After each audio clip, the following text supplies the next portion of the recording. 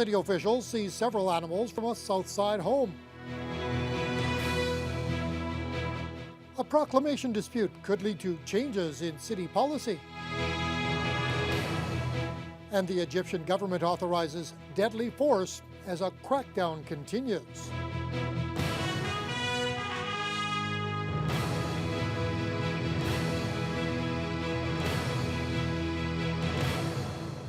Good evening and thank you for being with us.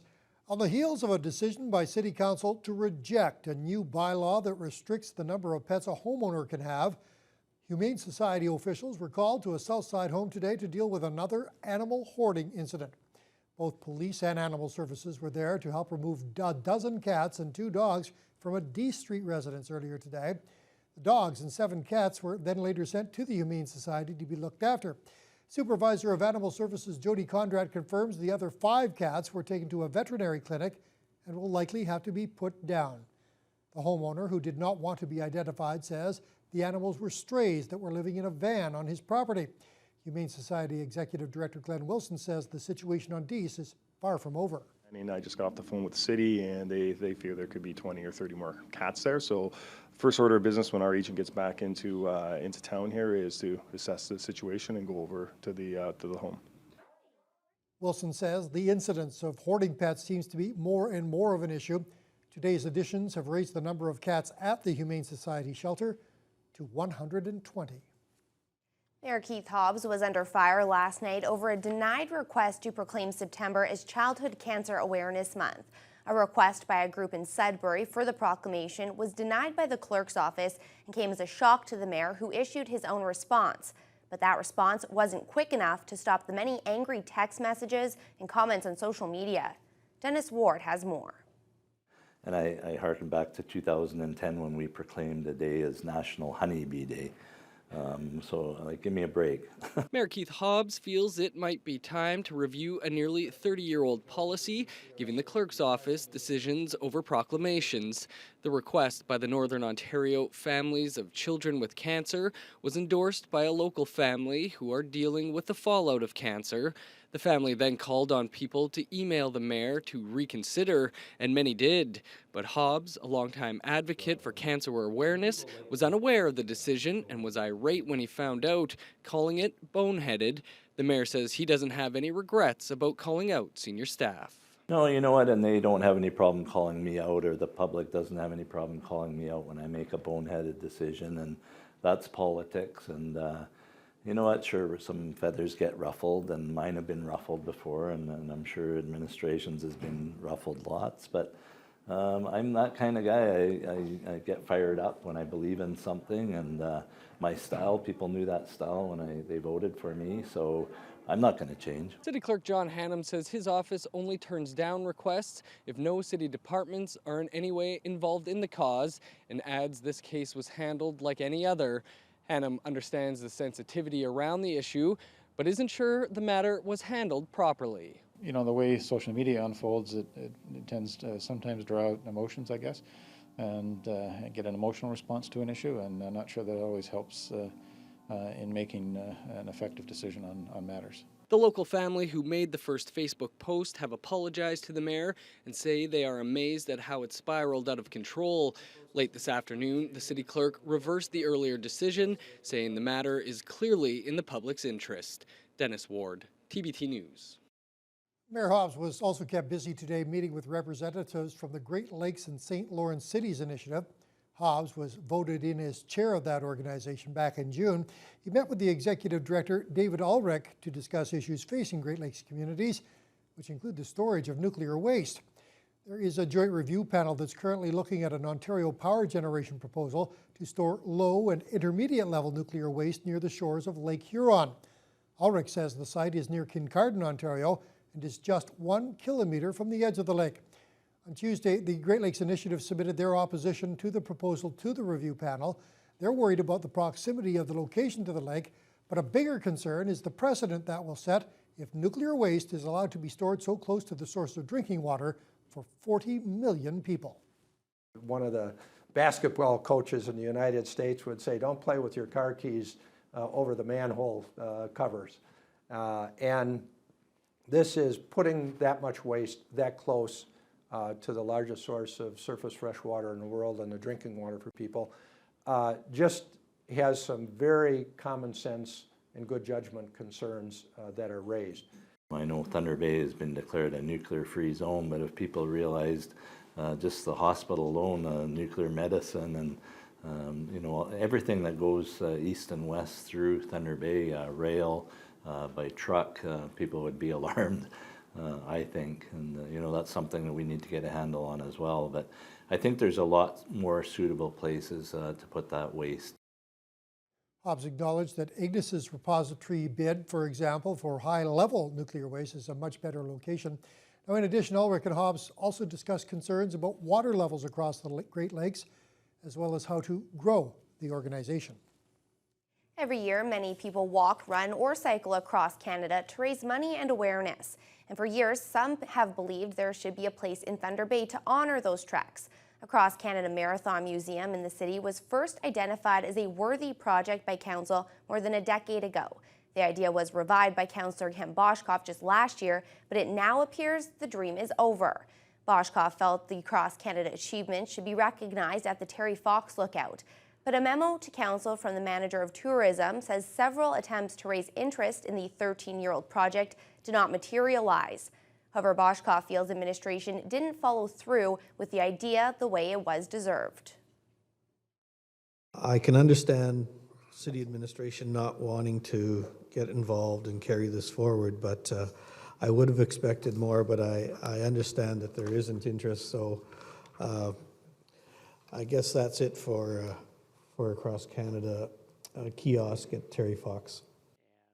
The Tourism Division believes that no further effort on the Cross Canada Museum is warranted and don't plan to look into it any further. As we first told you yesterday on the NewsHour, the final round of flood relief checks are being mailed to Thunder Bay residents this week. And it appears the Disaster Relief Committee was successful in getting more money from the province for the effort.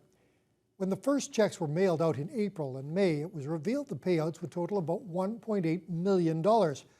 Local residents had fundraised $1.5 million, which meant the province would only be kicking in about $300,000. Now, the Disaster Committee continued to negotiate with the province to change the guidelines and get more money for those affected. The result was this, an extra $574,000. That brought the total payout to $2.35 million.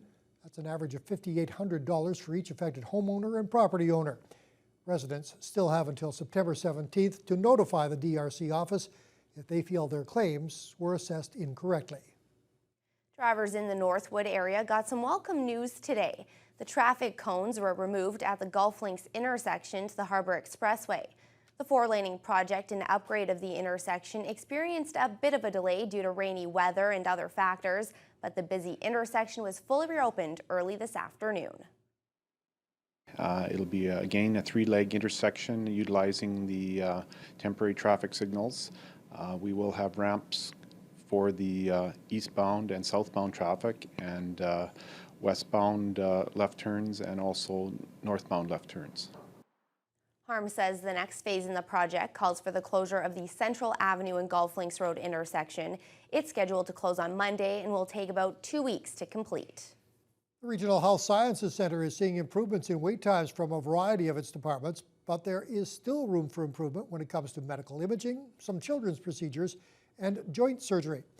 According to the latest statistics from the Ministry of Health, which we told you about yesterday on the NewsHour, local wait times for an MRI are now more than 3 times that of the 28-day target. The provincial average is 59 days, still room for improvement there. The local wait time for eye surgery, though, has seen dramatic improvement over the last year.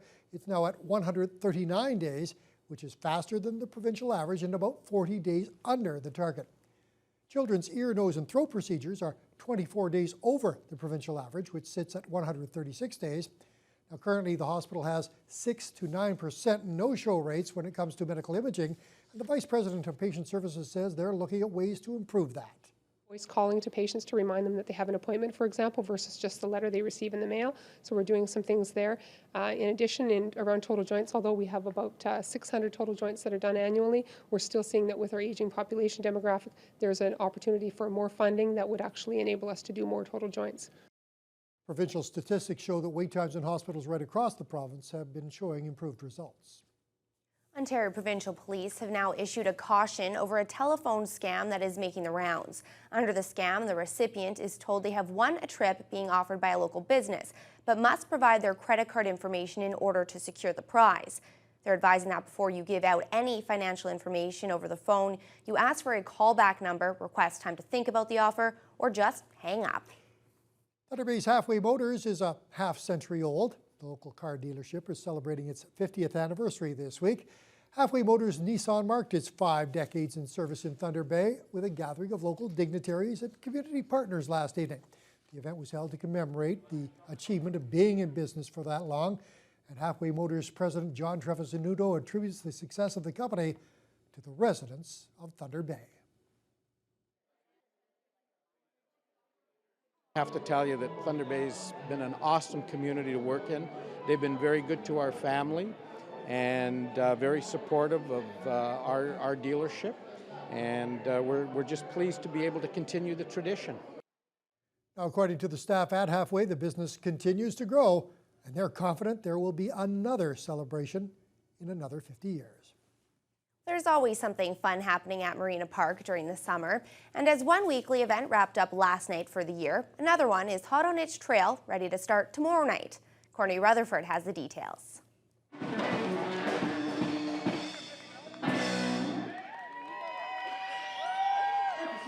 It's a place where people grab their lawn chair, kick back, and enjoy a free evening of music right on the edge of Lake Superior.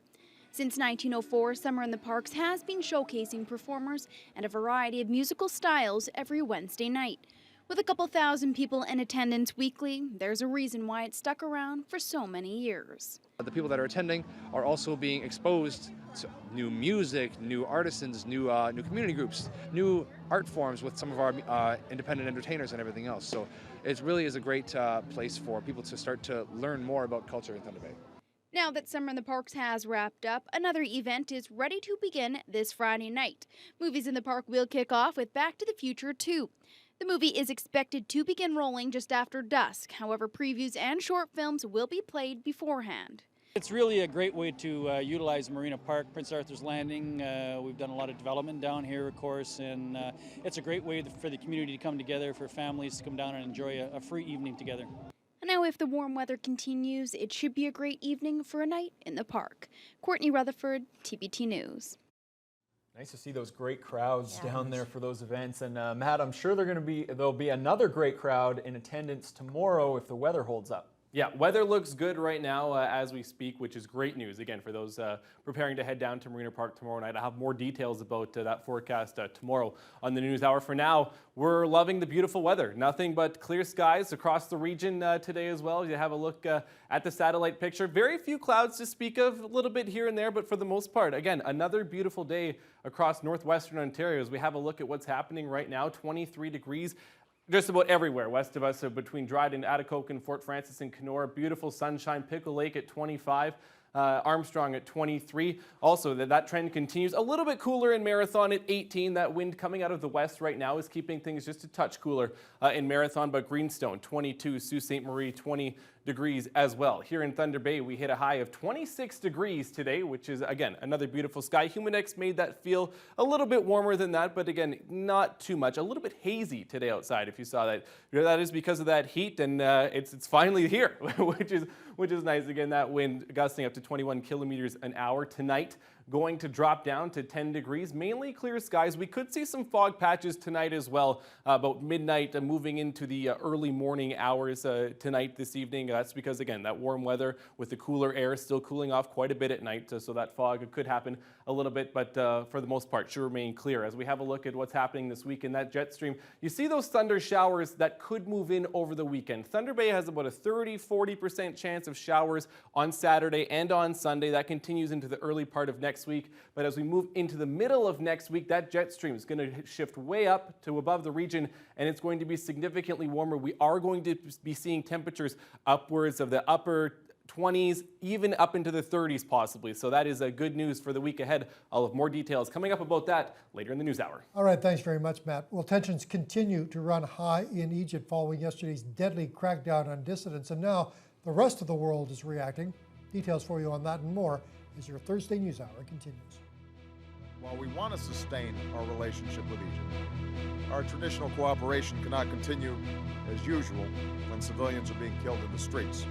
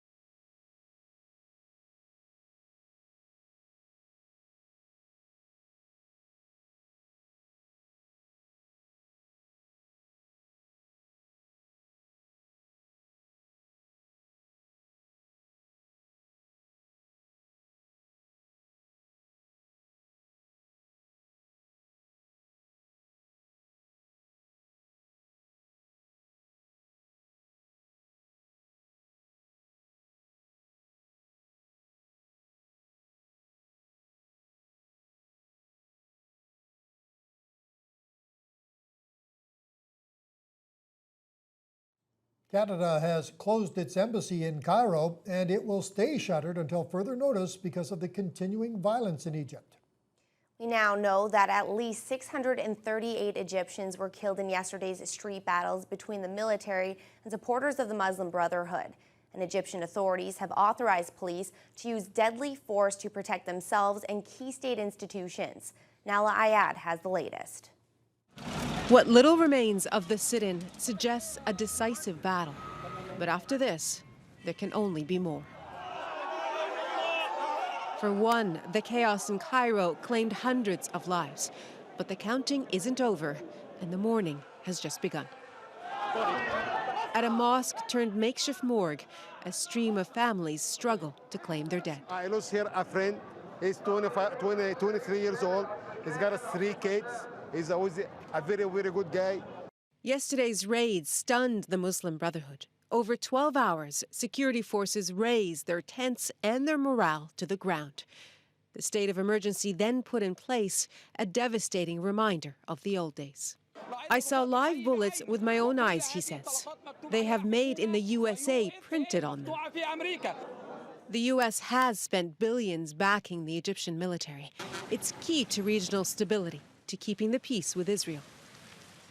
Angered by the violence, though, the U.S. president canceled a joint military exercise, but never mentioned cutting off the aid. But while we want to sustain our relationship with Egypt, our traditional cooperation cannot continue as usual when civilians are being killed in the streets and rights are being rolled back. But on one side of Egypt's divide, it's the Brotherhood that's seen as violent. As police buried their dead, there's certainty there. What authorities did yesterday was right.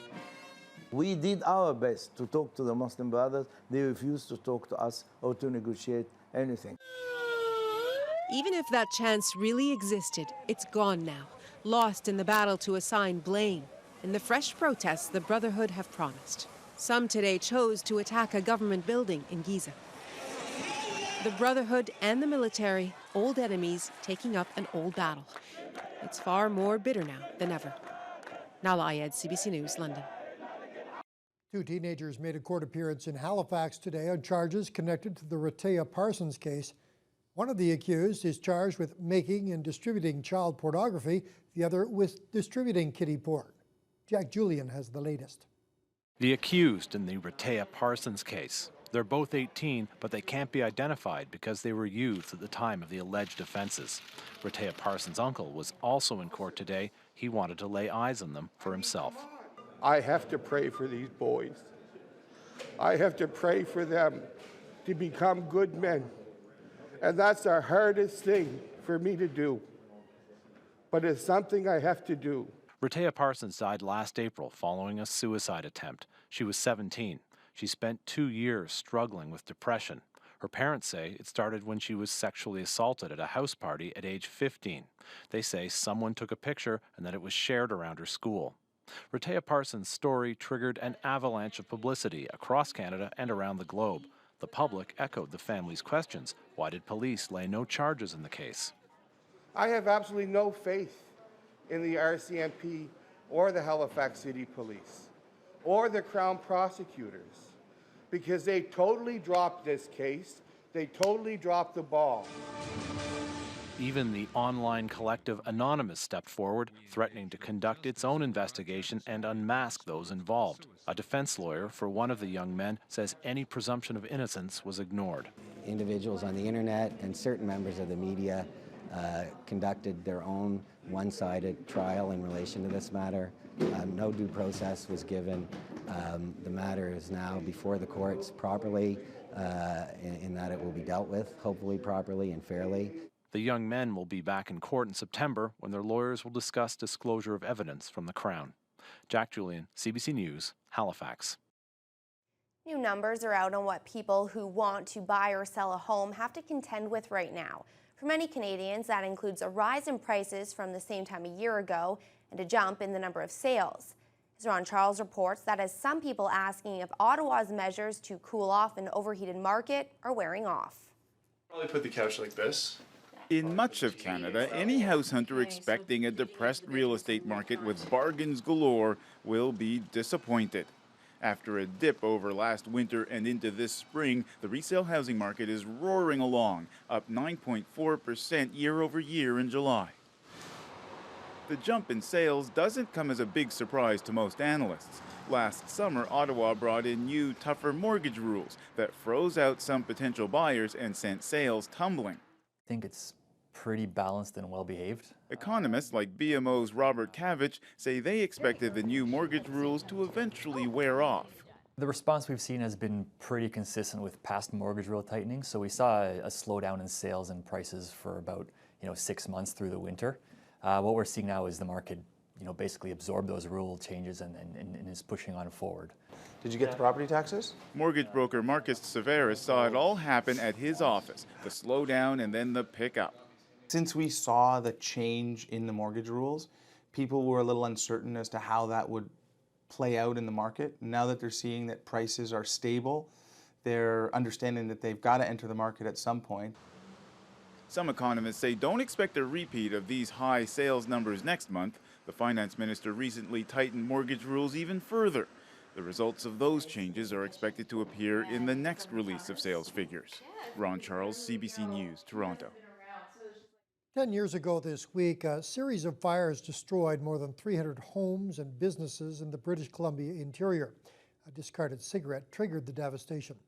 Chris Brown has the story of one man's remorse and a community's remarkable willingness to forgive. It'll never be over for me, not totally. This is an anniversary Mike Barry hates to think about. You'd probably heal faster with the death of a loved one than you would with this, because I affected so many people.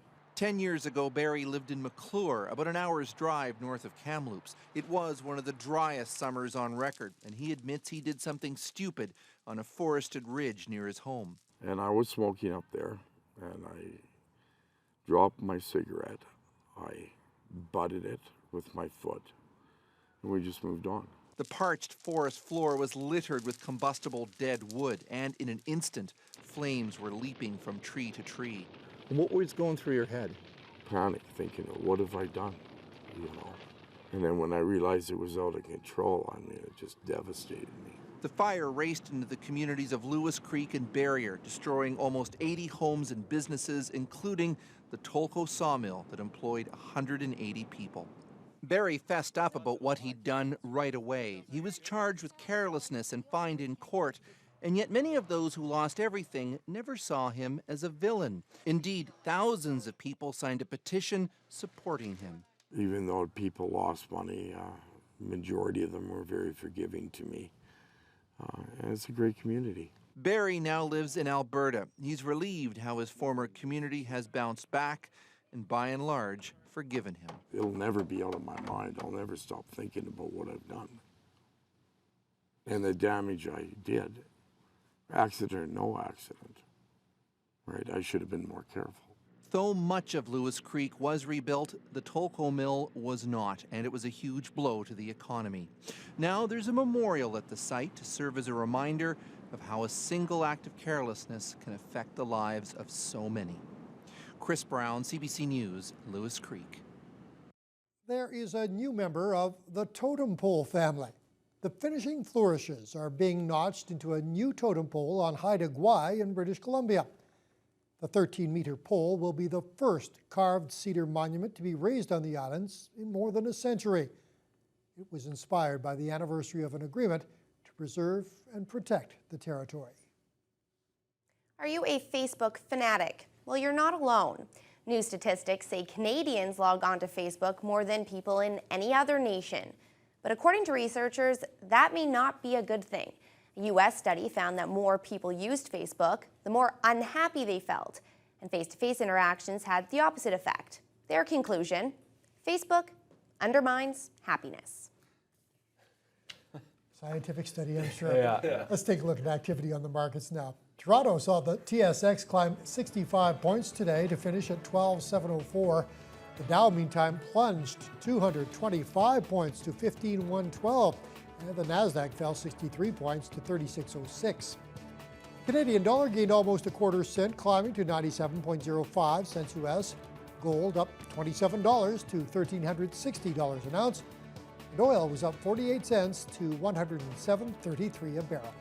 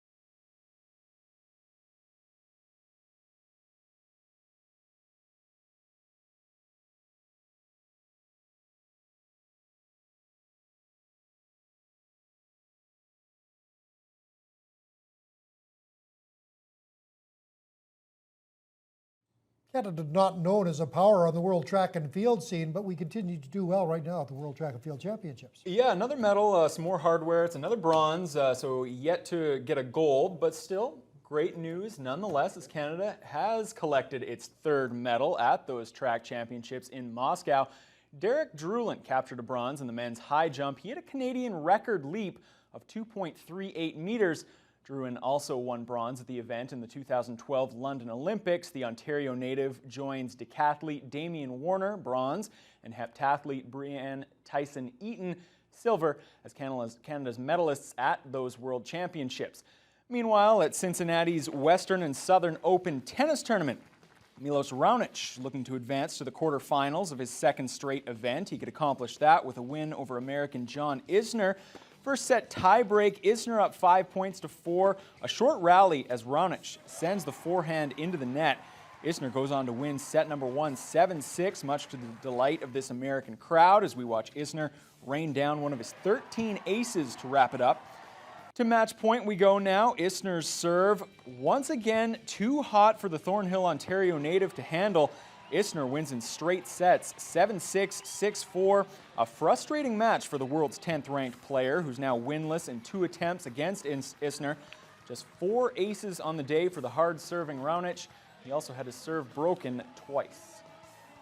Well, the Toronto Blue Jays look to take 2 of 3 from the Boston Red Sox tonight. Mark Burley gets the ball for the Blue Jays. Yesterday, the Jays underwent a major roster shakeup, dealing speedster Emilio Bonifacio to the Kansas City Royals for cash or a player to be named.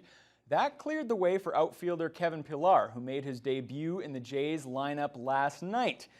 There he is on the right of your screen alongside the ever-popular Munenori Kawasaki, back with the club after Colby Rasmus landed on the DL. The new guy, Pillar's first big league at-bat facing John Lester, gets some good wood on the ball, but Shane Victorino is there to take a hit away from the rookie. It remains scoreless through 2. Third inning now, Rajai Davis at the dish. A weird play. Davis hits it back to Lester. Lester throws it away at first. That's an E1. Davis rounds second. He's headed for third. Victorino's throw hits Davis. That's an E9 on the right fielder. The ball bounces well past third base, and Davis will score. It goes into the books as a single with throwing errors on Lester and Victorino. What a way to open the scoring. One of 2 errors on the night charged to John Lester. How about the 2 guys just joining this Jays team? Kawasaki climbs the ladder to rob Mike Napoli. That ends the 4th inning. Top 6 now, it's 2-1 Jays. Pillar showing he can get it done in the field. Check out that snag in left. Oh my goodness, that is a beauty. Gets the applause from his pitcher, Esmail Rogers. He's impressed with the youngster. Skip ahead now to the top of the 9th. Sox down to their last out. How's this for clutch? Napoli, gone. 2-run shot. We need extras for the 2nd straight game. It is 3-3. Brett Cecil can't believe it, but it's true. The bearded man in the audience can't believe it, but it's true. Bottom 10, 2 on, 1 out. Brett Laurie at the dish, and it's game over. Off the glove of Stephen Drew, Rajai Davis comes home as Laurie walks off the Red Sox. Jays take game 2, 4-3, as they even the series at 1 apiece. Well, New York Rangers defenseman Mark Stahl has already publicly acknowledged that his eye will likely never be the same after he took a deflected Kimmo Timonen slap shot to the face back in March. But the Thunder Bay native vows he'll be back at full strength in time for training camp. Kimmo Timonen, a shot that hit a body. Oh boy, it hit a Ranger up high. Oh, and he is in a lot of pain. It's Stahl. Mark Stahl. This was the frightening scene back on March 5th. Mark Stahl writhing on the ice with an injury that some feared could be career-threatening. The puck, which deflected right into Stahl's face, fractured his orbital bone and caused a small retinal tear in his right eye. Stahl says he couldn't see out of the eye at all the week after the injury, but slowly and surely his vision improved, and he vows he'll be back and ready to go for the upcoming season. It's going well. I mean, I'm starting to get adapt to it more, and the more days go by, the the better I feel about it, and starting to become natural now. The injury has changed his perspective on the importance of wearing a visor. The 26-year-old, who never wore one before, is now sold on the protective device, as are his brothers. I mean, I was a guy that didn't wear one and didn't really want to, and when the injury happens, it's a scary thing, and one of those things where you don't want to see anybody else go through that. Everyone thinks they're invincible out there, and there's definitely times that there's a rude awakening, and obviously watching that happen to someone so close, it can make it difficult. And obviously, me and Eric both made the decision to put a visor on. As for Mark's Rangers, they'll have a new voice behind the bench this season. After 4+ seasons in New York, John Tortorella is out as the Rangers head coach, replaced by longtime Vancouver Canucks bench boss Alain Vigneault. And while Stahl stopped short of saying the in-your-face coaching style employed by Tortorella has a shelf life, he's excited to welcome Vigneault into the fold. He's an honest guy. He's a good guy, and I think everyone's excited to kind of refresh and kind of get a new breath in our room and kind of get us reinvigorated for this year. And that's a team that certainly has the talent to once again make a strong playoff push. To the OUA, where the Thunderwolves coach Bill McDonald has named his new assistant. It's a familiar name, Dan Bissonnette. He's joining the team for his 3rd tour of duty. He's also coached under Pete Beliveau and Joel Sherbin before moving on to coach the AAA Midget Kings. Bissonnette also coached under McDonald for the Thunder Bay Senators team that won the Colonial League Championship in 1993-94. Well, many feared the worst yesterday after NFL quarterback Tom Brady suffered what appeared to be a potentially serious knee injury during a joint practice with Tampa Bay. It turns out wasn't so serious after all. Brady was back on the practice field today, which is great news for New England Patriots fans. This is the cell phone video shot by a fan that caused the football world to come grinding to a halt Wednesday. Brady was knocked to the ground after Bucs defensive end Adrian Claiborne bull-rushed Pats tackle Nate Solder, who then fell into his franchise QB. Brady immediately clutched his left knee. However, an MRI showed no structural damage. Brady wasn't wearing his knee brace at the time, which he had worn ever since he tore his ACL in 2008. The star quarterback did put that brace back on today. Brady expects to play in tomorrow's preseason game against Tampa Bay, so fans can breathe easy. The International Paralympic Committee has come under fire recently after a controversial decision to disqualify an Olympic gold medal winning swimmer who suffers from transverse myelitis for, get this, apparently not being disabled enough. This is Ireland, Victoria Ireland from the USA. 18-year-old Victoria Ireland is a star swimmer. Nothing could stop her from competing in her favorite sport, not even when she was diagnosed with transverse myelitis around 7 years ago. It usually involves inflammation and damage to the nerves and the tissues in the spinal cord. Ireland spent almost 2 years in a coma.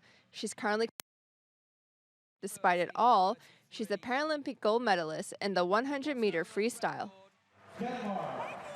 But on August 10th, Ireland was disqualified from the World Championships here in Montreal. There was insufficient evidence that there was a permanent impairment, and that's what's needed to compete in IPC swimming competitions. President of the Canadian Transverse Myelitis Association, Kimberly Kotar, who is also an athlete living with TM, says she was shocked when she first heard the news. For someone to say that this is a temporary disability and that she shouldn't be included, I mean, obviously, I don't think they know very much about the disease because, transverse myelitis is very invisible. Kotar says having TM feels like your limbs could give way at any moment. Every second of every minute of every day, I experience pins and needles from basically my feet to my waist. It's an overstimulation from the damage to the spinal cord. In a message to her friends and family, Ireland wrote on Facebook, "I'm so heartbroken with what has happened. I feel numb and completely shocked with the turn of events." The International Paralympic Committee sympathizes with Ireland, but insists she simply doesn't meet their criteria. She was a great athlete competing at London 2012 last year. However, we have to abide by the rules, and the rules state that to compete in IPC swimming competitions, you must be deemed to have a permanent impairment. At least one doctor we spoke to believes Ireland's condition could be permanent. I don't know all the details of the case, but that being said, If this young woman was in a wheelchair for a prolonged period of time, I suspect that her deficits are permanent, and so I wouldn't anticipate a dramatic recovery. Spence says the only way the IPC would reconsider their ruling is if they get another medical report, one that is even more detailed than the one they already have. We apologize for that audio. The IPC taking some heat for this, so it'll be interesting to see what happens. Yeah, it's an unfortunate case, isn't it? It is. All right, thanks very much, Ryan. Well, tonight, another house guest will be evicted on Big Brother. With your full viewing lineup, here's tonight's edition of Teletalk. Tonight on Global Thunder Bay, we prove that if you want to win big, you've got to take a risk. Starting at 8 on Glee, the club's assignment is to share their musical shame and guilty pleasures. Then at 9 on Big Brother, it's time to say goodbye to someone with tonight's live eviction. And at 10 on Rookie Blue, the squad frantically searches for Chris's son after he's kidnapped. Over on CKPR Thunder Bay, we get up close and personal with nature and our history. First at 8, The Nature of Things looks at what's really happening below the fracking process. Then at 9, The New Green Giants exposes the controversial world of the organic food industry. Teletalk is brought to you by Points, the traffic ticket specialists.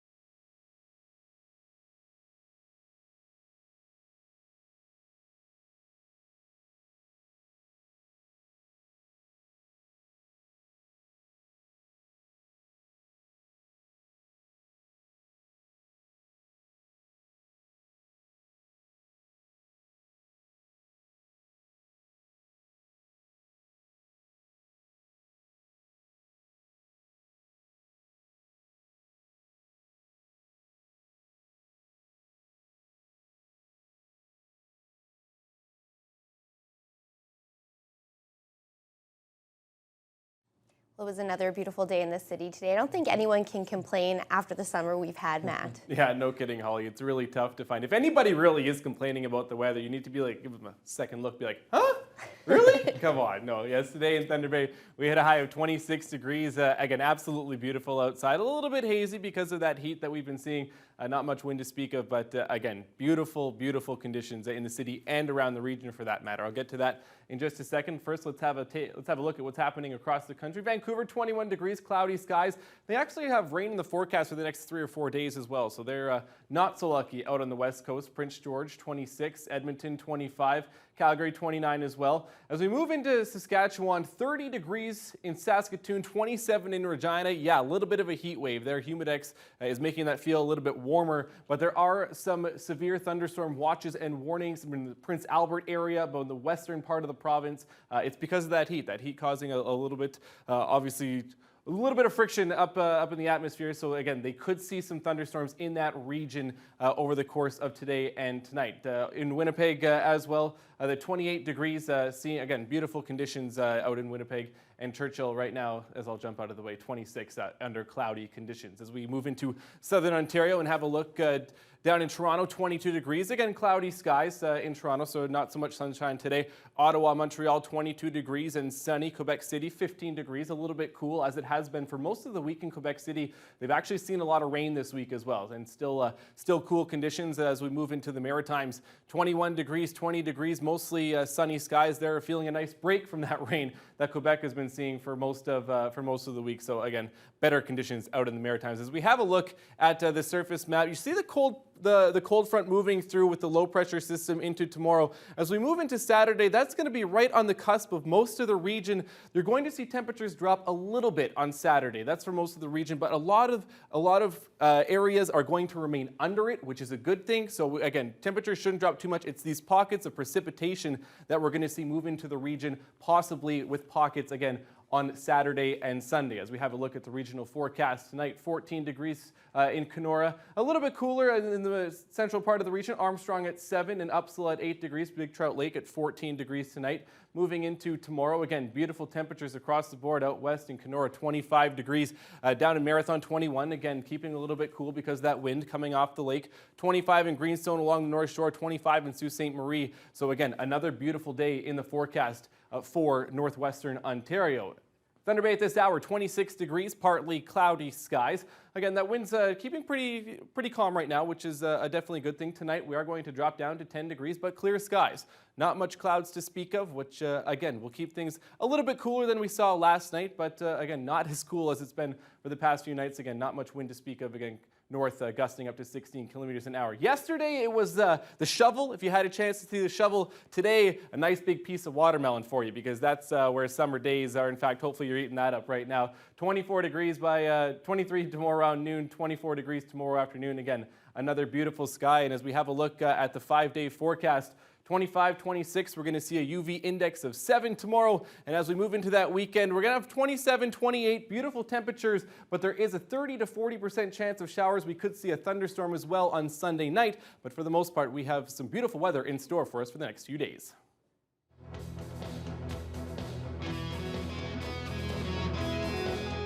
Getting pregnant can be hard for some couples, and many are now looking to surrogacy. In fact, 1 in 6 couples are using a carrier to create a family. And after late-night talk show host Jimmy Fallon went public with his struggles to become a dad, the issue of surrogacy has resurfaced. Jimmy Fallon is known for putting a smile on people's faces. Oh, yeah. And now he's smiling from a place deep down inside. I'm your host, Dada. Surprising fans last month with news he's a first-time father. Congratulations on the new baby. Oh my gosh, thank you so much. It's the most unbelievable thing. You can't describe it. It's like I'm floating in a new bubble. Following that surprise with another. We had a surrogate, and it's just we tried before, we told people, and then it didn't happen. And it's just really depressing. It's really hard on everybody. And it's common. Infertility hits 1 in 6 couples, and many are now opting for surrogacy, arranging for someone else to carry their child. And it's so emotional when you call everybody and you tell everybody like this happened, because it comes out of nowhere and they're like, what? And everyone just starts crying, and it's just really happy because, you know, we tried for a long time. Melissa Brisman was not able to carry a baby, so she and her husband decided to use a gestational surrogate when the woman is implanted with a fertilized egg from the biological parents. I was crying in the delivery room. We were all crying. The carrier was crying. Her husband was crying. He was so happy.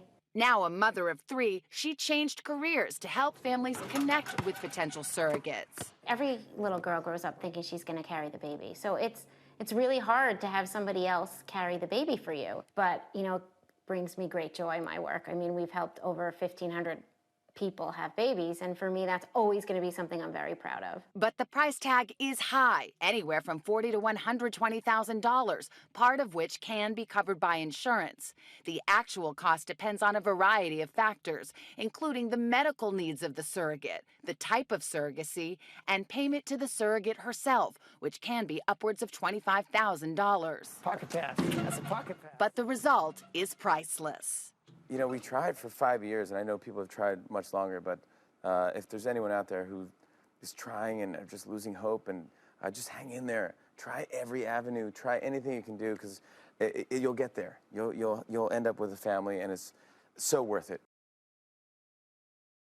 All right, staying with medical news, I'm sure you've always wanted to know how you help an ailing alligator. Well, acupuncture, of course. That story when we return.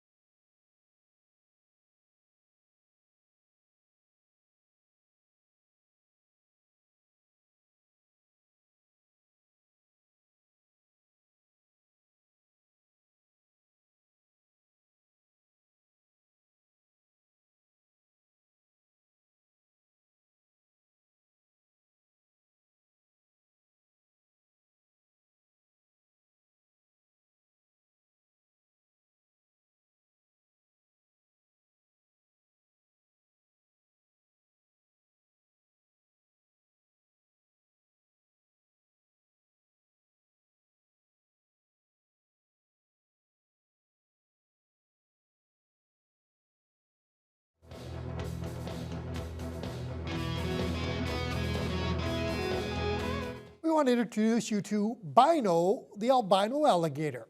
Now, albino alligators are already pretty rare, as you know, but Bino is even more special.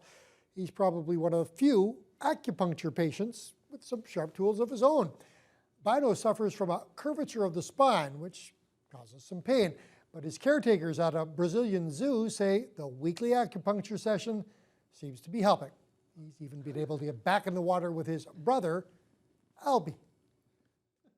He looks fake until he moved there. He looked, I thought he was a toy. Stick your hand in there, you'll find I'll out. realize pretty quickly it's not a toy. Yeah. Recapping our top story, well, days after the city rejected a bylaw that would limit the number of pets per home, the local Humane Society was called to remove 14 animals, including a dozen cats, from a Southside residence today. And Humane Society officials say hoarding animals continues to be an issue in our city. Toronto Blue Jays back in action this evening, looking to take 2 of 3 from the Boston Red Sox at home. I'll have those highlights coming up for you on the late edition. Beautiful weather ahead, sunshine, UV index of 7 tomorrow, so be prepared for that. But a high of 26 for tomorrow as well. Humidex is going to make things feel even warmer. Get out and enjoy. Yep.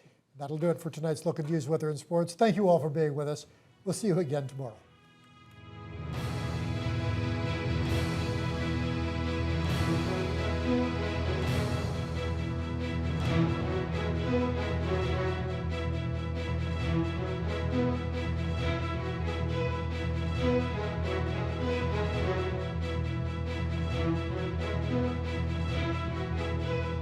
Thank you.